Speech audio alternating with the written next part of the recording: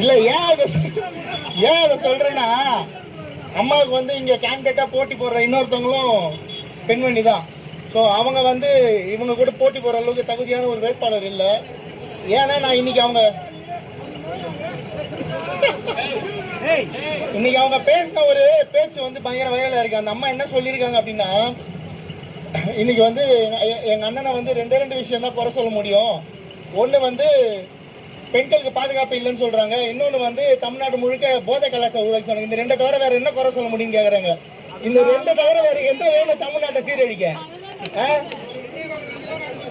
இந்த மாதிரி ஒரு வேட்பாளர் வந்து உங்களுக்கு வந்து அம்மாவுக்கு போட்டியா நிக்கிறது வந்து எனக்கு கரெக்டான சரியான போட்டியா தெரியல. அதனால இவங்க வந்து இப்பவே ஒரு ஜெயிச்ச வேட்பாளர் தான்.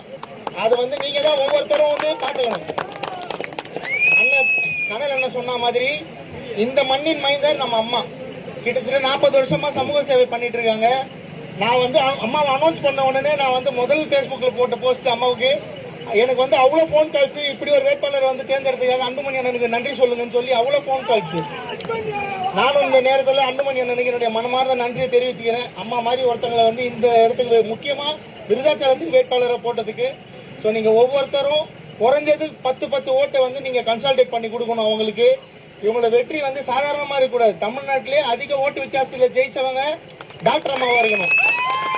இதை ஒரு சவாலா இதை அண்ணன் சொன்ன மாதிரி சாதாரணமா கேட்டுட்டு போகணும்னு இருக்கக்கூடாது. இதை வந்து நமக்கு ஒரு மிகப்பெரிய கௌரவமான ஒரு போட்டியாகி போச்சு. இது ஒரு பெரிய கட்சியோட தலைவரா இல்லைன்னா 40 வருஷம் நமக்காக சேவை பண்ண நம்மளோட டாக்டர் அம்மாவான்றது. அதனால இதை மனசுல நிறுத்தி இங்க இருந்து இப்படியே கலைஞ்சு போயிடாம எல்லாருக்கும் போன் பண்ணுங்க. விருதாச்சலத்தில் இருக்க ஒவ்வொருத்தருக்கும் தனிப்பட்ட முறையில பேசி இவங்களை வந்து மிகப்பெரிய வாக்கு வித்தியாசத்துல ஜெயிக்க வச்சு இவங்க வந்து அடுத்த லெவல்ல வேற எங்கெங்கயோ அமைச்சர் அளவு நீங்க இவங்களை கொண்டு போய் சேர்க்கணும். இது என்னோட தாழ்மையான வேண்டுகோள். அதுக்காக தான் நான் கிளம்பி வந்திருக்கேன். மறுபடியும் அம்மா எப்ப ஜெயிக்க வச்சதுக்கு அப்புறம் அம்மா உங்களை எப்ப பார்க்க வராங்களோ நானும் உங்க கூட வந்து விருந்து சாப்பிட தயாரா இருக்கேன். அது வரைக்கும் நீங்க தான் வந்து பாத்துக்கணும். நன்றி. மாம்பழ சின்னத்துல ஓட்டு போடுங்க. நம்ம சின்னம்மா வீரர்களையும் எப்பவுமே பாத்துக்கோங்க. நீங்க தான் பாத்துக்கணும்.